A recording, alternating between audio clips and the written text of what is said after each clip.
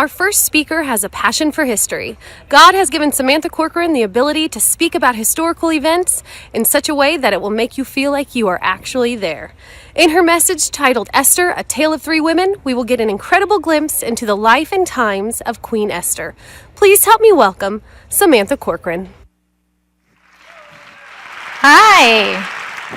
Wow, what a privilege it is for me to be here to speak with you today. Now, I'm an engineer who loves to study the history, the geography, and the culture behind a Bible story, and Esther's story is a great one to investigate. The way I research is I pull together maps and charts, timelines, ancient writings, archaeology, and I pull them all together to look for new insights. So today, what I'd like to share with you are some very interesting new insights about the book of Esther and why it's in our Bible and what it means for us as Christians. With a title like A Tale of Three Women, you may think you know which three women we're going to talk about today, but we're not actually going to talk about Vashti or Zeresh. So, before I tell you who, let's get some background first. Now, honestly, not everyone has been a fan of the book of Esther, including some prominent Christian theologians like Martin Luther. He wanted to toss the book into the river. Too much heathenish foolishness. Now, it's true, some people wonder why this tiny book, which never mentions God or prayer, is included in our Bible. Most people only think of Esther as a children's story, like Veggie Tales, right? Okay. One of my new favorite Bible study resources is called The Bible Project. Now, this is an animation studio outside Portland, and they animate every Bible story. They make videos with it and provide them free online to anyone who wants them. You can find the Esther video and all of their other videos at thebibleproject.com, in case you're taking notes. So today, I have the Esther poster at my booth, and I'll be giving away that poster. So come visit me at my booth and take a look. You may be surprised to learn this, but the book of Esther is written in the style of a comedy. It's true. We all read it like a serious drama. So it wasn't until I was reading some Jewish commentaries that I realized that they kept saying this over and over. This is a comedy. This is supposed to be funny. So I looked it up. The style of comedy is actually called a farce. So a farce includes caricatures, exaggerated characters, and funny misunderstandings. So think about it. King Xerxes, the bumbling monarch, right? Let's do Mordecai. Mordecai would be the wise courtier. Or you have Esther as the beautiful heroine. And of course, Haman. You've probably figured out which one he is. He's our comic villain that not even kids are afraid of. And don't we enjoy watching his downfall? Oh, good story. Okay, another way that we know that this book is more of a melodrama is by the way the modern Jews celebrate it each year at the festival of Purim. So every year, it's about February or March, they celebrate this. They read the entire Megillah, the whole Megillah, the book of Esther, and the children are armed with noisemakers. And every time they get to the name Haman in the story, the children do their noisemakers and they boo the villain. No, really, they do this during the reading. And when Mordecai's name is read, everybody cheers. It's exciting for the hero. Also, they wear costumes, kind of like our Halloween, because they want everyone to remember that the book of Esther is filled with hidden identities. Now, even this painting by Ernest Normand looks like a melodrama, right? Haman's like, no. We know it is a serious historical account, though, but it has some amazing consequences, and that's what I want to share with you now. First, let's see where Esther lived. In chapter 1, verse 1, it says, the King Xerxes ruled from India, on your side, India in the east, to Cush in the west. That's around northern Africa.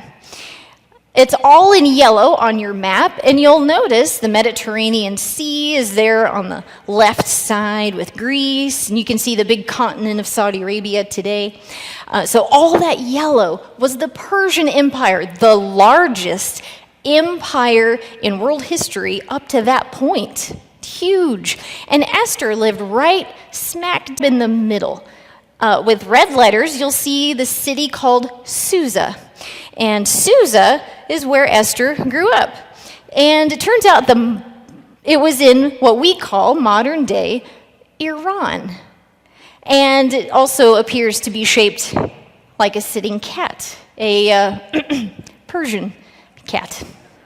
Okay. I'm glad you thought that was funny. Okay, so it turns out Iran today is really huge. So to give you an idea of how big, it's the size of Texas, Oklahoma, Kansas, Missouri, and Colorado combined. Huge, huge. Now, Susa was one of the 4 capitals of the ancient Persian Empire.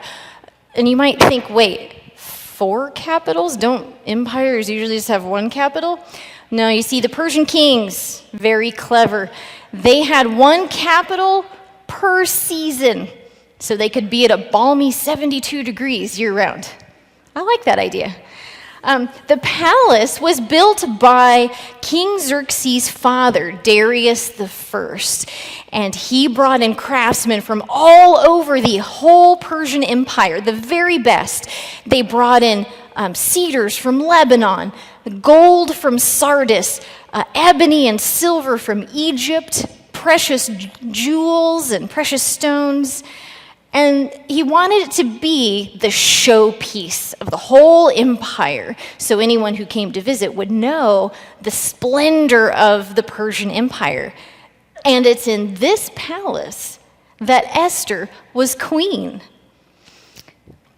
Now, the palace no longer stands in Susa, but you can still go see pieces of it if you go to the British Museum, the Louvre in Paris, and the Pergamon Museum in Berlin. So they have artifacts that you can still see, like the glazed panel that was behind me a moment ago.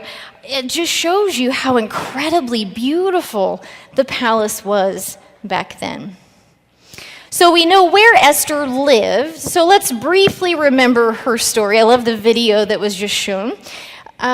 Esther, of course, was the beautiful Jewish orphan who became queen of Persia, and with the help of her cousin Mordecai, saved the lives of their entire Jewish population, a Jewish community, in the 4th century BC, so 486 BC.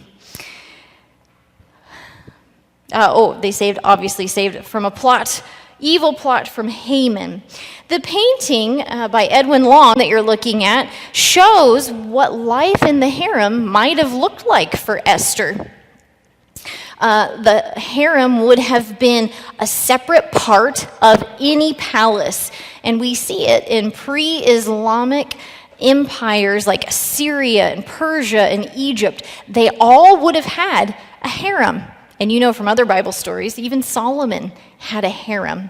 The harem literally translates to the house of women.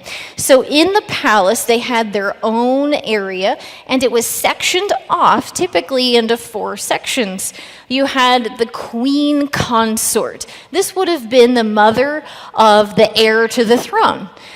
She would have had her own servants, her own part of the palace. She would have had her own source of revenue. So she would have had her own money. Very powerful position. The other sections included the other royal wives, the royal princesses, and then where Esther was at first, with the concubines. Many of the concubines had been given, these are women, had been given as gifts from other rulers of other nations, and they may have also been purchased at a slave market. So all of these women are together in the palace, and this is where we find Esther. It's in this setting we see Esther keep her Jewish identity hidden.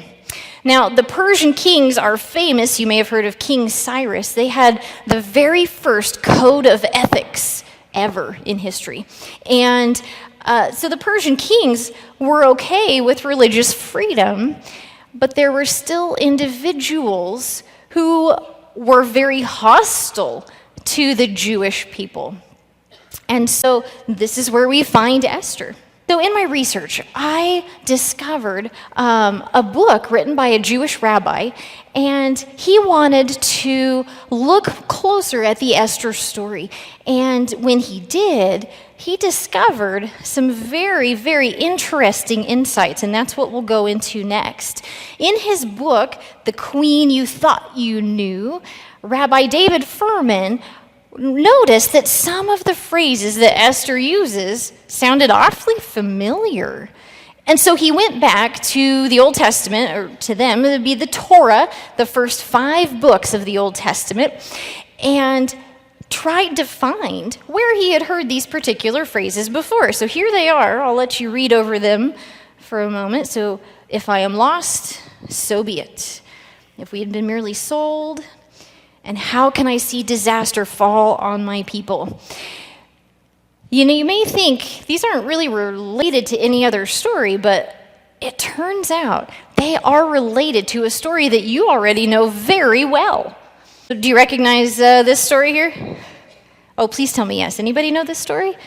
Andrew Lloyd Webber wrote a musical about it. It is my favorite musical of all musicals. It is really hard for me not to sing this to you. So I'll restrain myself because they didn't hire me to be the musical talent. A brief recap. Jacob was the founder of a holy nation, thanks to the number of children he had. If you know the musical, you can sing the song in your head. He fathered 12 sons, and this was in the book of Genesis. He loved Joseph the most, and it showed. And the brothers were so jealous that they decided to get rid of Joseph, and they did. Years later, there was a famine in the land, and the brothers decided to go to Egypt to buy grain and were unexpectedly reunited with their lost brother Joseph. It's a great story, but the point of me reminding you about this story isn't Joseph. It's the other 2 guys in this shot from the stage play. It's Benjamin and Judah. Let's go back and remember the Benjamin-Judah story here. So in this particular scene in the musical, Benjamin has been falsely accused of stealing. Remember, they put the cup in his sack. So Judah is the one who jumps in to save Benjamin's life. So let's go back to Esther's words and let's see if we can find what the connection really is. So the first of 3 examples is when Esther is at the banquet. She's pleading for her life and says, Haman's trying to kill us. So she says, if we had merely been sold as slaves, I wouldn't have said anything. But why would she use the word sold?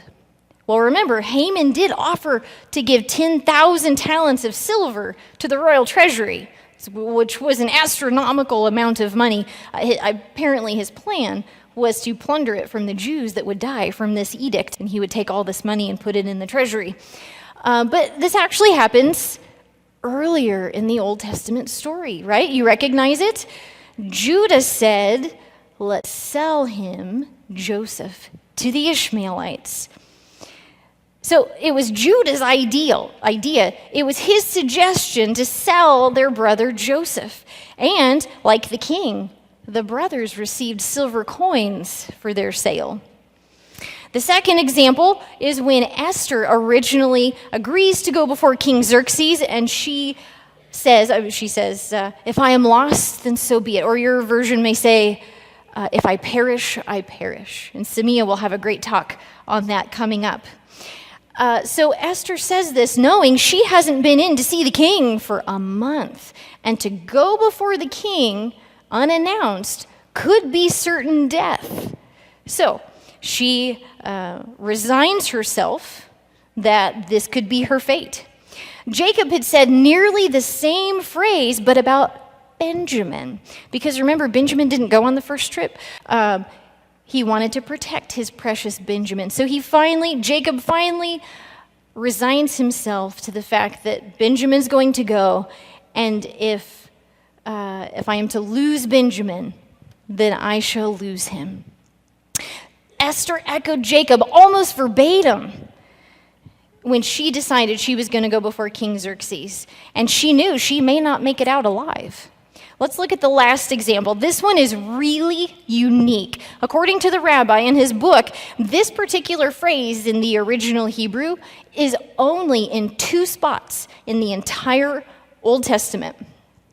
Once with Judah and the other with Esther. So amazing that she echoed his plea. Judah appealed to the Egyptian to save Benjamin, the same Judah who suggested they sell Joseph. And now in the end of the story, he risks his life to save Benjamin, which was Joseph's full brother. Esther echoes his plea when she appeals to the king to remove the edict, to get rid of the edict that would destroy the Jews. Now we know the end of the Joseph story, but in his book, the rabbi thought, well, when did Benjamin ever repay Judah for such a heroic thing he did? He offered his life. When did Benjamin repay him? The rabbi's insight is that the thank you came here in the Esther story. You see, Esther is a descendant of Benjamin, the same Benjamin from the story in Genesis. So she now is repaying his heroic act. So the words of Judah united the brothers in Egypt, but centuries later, the family fell apart again, and the kingdom split. You might remember that story from the Old Testament. And they went into exile. And it was the descendants of Judah and Benjamin who were taken to Babylon. Remember, there were the northern tribes and the southern tribes, right? We're talking about the southern tribes, which were the descendants of Judah and Benjamin.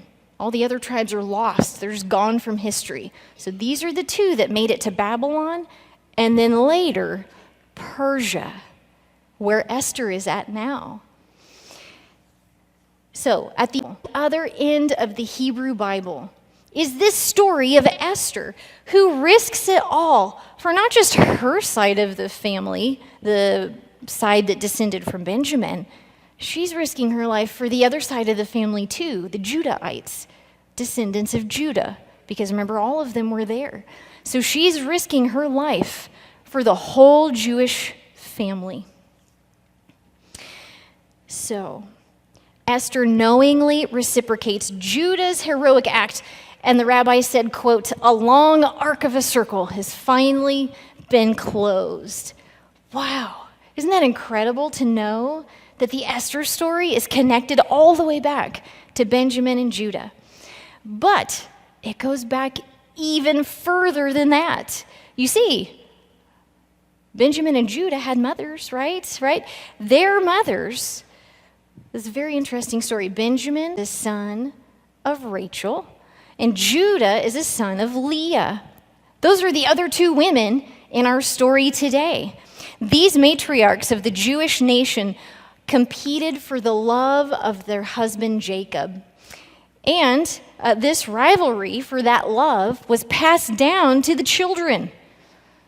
And that rivalry is what caused a rift between the sons of Leah and the sons of Rachel. And that's when we see Judah, a son of Leah, sell Joseph, the son of Rachel. And it was that continued rivalry through the centuries that split the kingdoms, and everyone went into exile. And that rivalry led to Esther. Esther's heroic actions not only repaid Judah's, it healed the family rift that began with Rachel and Leah. So, the tale of three women is that the rivalry between Rachel and Leah in the first book of the Old Testament is finally healed by our heroine Esther at the end of the Old Testament. Wow, it's giving me goosebumps. So at the conclusion of the book of Esther, we're going to do a kind of epilogue to this Esther story. Something incredibly important happens, but we have to go to two other books of the Bible to find out what. So 13 years after Esther marries King Xerxes, he is assassinated. And his son, Artaxerxes, who many think was Vashti's son, Artaxerxes ascends to the throne and takes power. One of his first acts is to send a priest named Ezra and a cupbearer named Nehemiah, you may know this story, send them along with a second wave of Jewish people back to Jerusalem to repair the broken city walls and to institute religious reforms and bring the people back to worshiping God. Artaxerxes even gave Ezra money and a list of things to buy.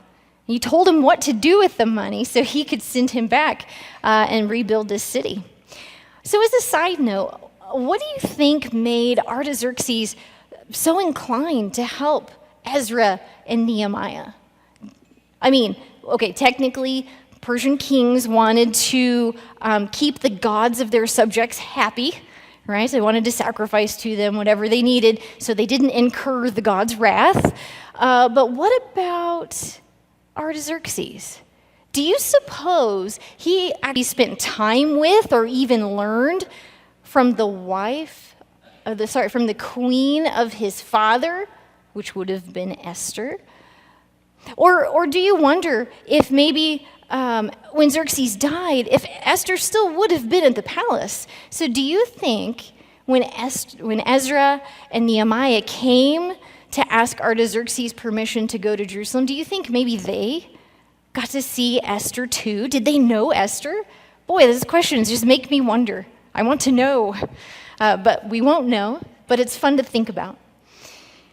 So Ezra and Nehemiah go back to Jerusalem, and it turns out they instituted God's feasts from the Old Testament. Some of them hadn't been done in over 1,000 years. Back to the time of Joshua, the leader after Moses, the people had really fallen away. And so they read the word of God out loud to the people, and the people repented. And they recommitted themselves to following God and obeying his laws. Because of Ezra and Nehemiah's work, the next big event was able to happen. The coming of the Messiah, who we know as Jesus. The archaeological study Bible sums it up well when it says that a generation before Ezra wrote the books of Ezra and Nehemiah, God used Xerxes and Esther and Mordecai to save the Jews from extermination, which allowed the line of David to continue to the Messiah. So this means that Esther's actions kept the Jews alive so that the family line from King David could continue. By the way, King David was a descendant of Leah. So her actions, she, a descendant of Benjamin, helped this process and allowed the family line from King David to continue, just as God had promised. Now, there's a great children's story Bible. It's called the Jesus Storybook Bible. Any of you have that? Read that to your kids? Love that storybook. It shows how every story in the Bible hints at or foreshadows Jesus. Now, its tagline is, "Every story whispers his name." Now, the book of Esther is not actually in this particular storybook, but I think now, after hearing this new information, I think you can see how Esther's story whispers his name also. Boy, and aren't we grateful? But it turns out there's another group. Yes, there's more. Another group who are grateful too, and this made me marvel at God's faithfulness.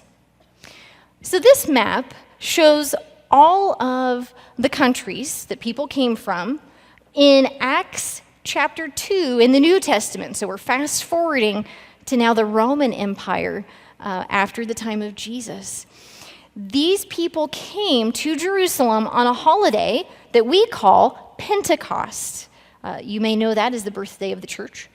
But in Acts chapter 2, I want you to look closely at the names of the nations where people came from. They came from all over the Roman Empire, from Rome, Italy. They came from North Africa, from Asia Minor, which is now modern-day Turkey.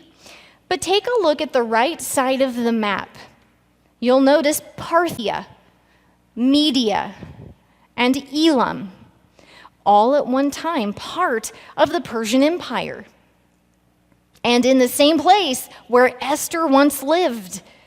These people are the Jewish descendants of Esther's generation. And here they are coming to Jerusalem for this festival. Over 400 years after Esther, they come to Jerusalem to worship. And you know what they heard? Peter's first gospel sermon.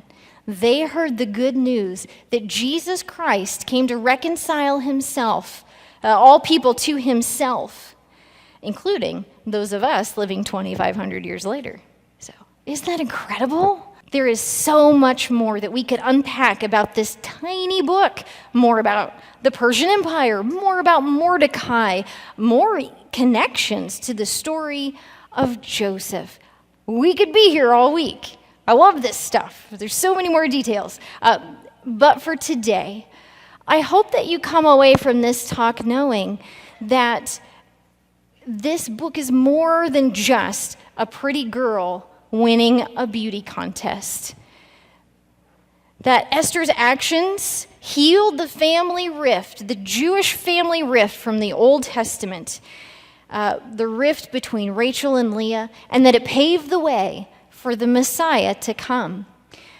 Much like Esther, we live in a society that can sometimes be hostile to the way we serve and we worship our God. But Esther focused on simply obeying. Just focused on simply obeying, despite the evil around her. We too can focus on simply obeying God in even the daily decisions of our lives. And who knows? You could change the course of history. Thank you.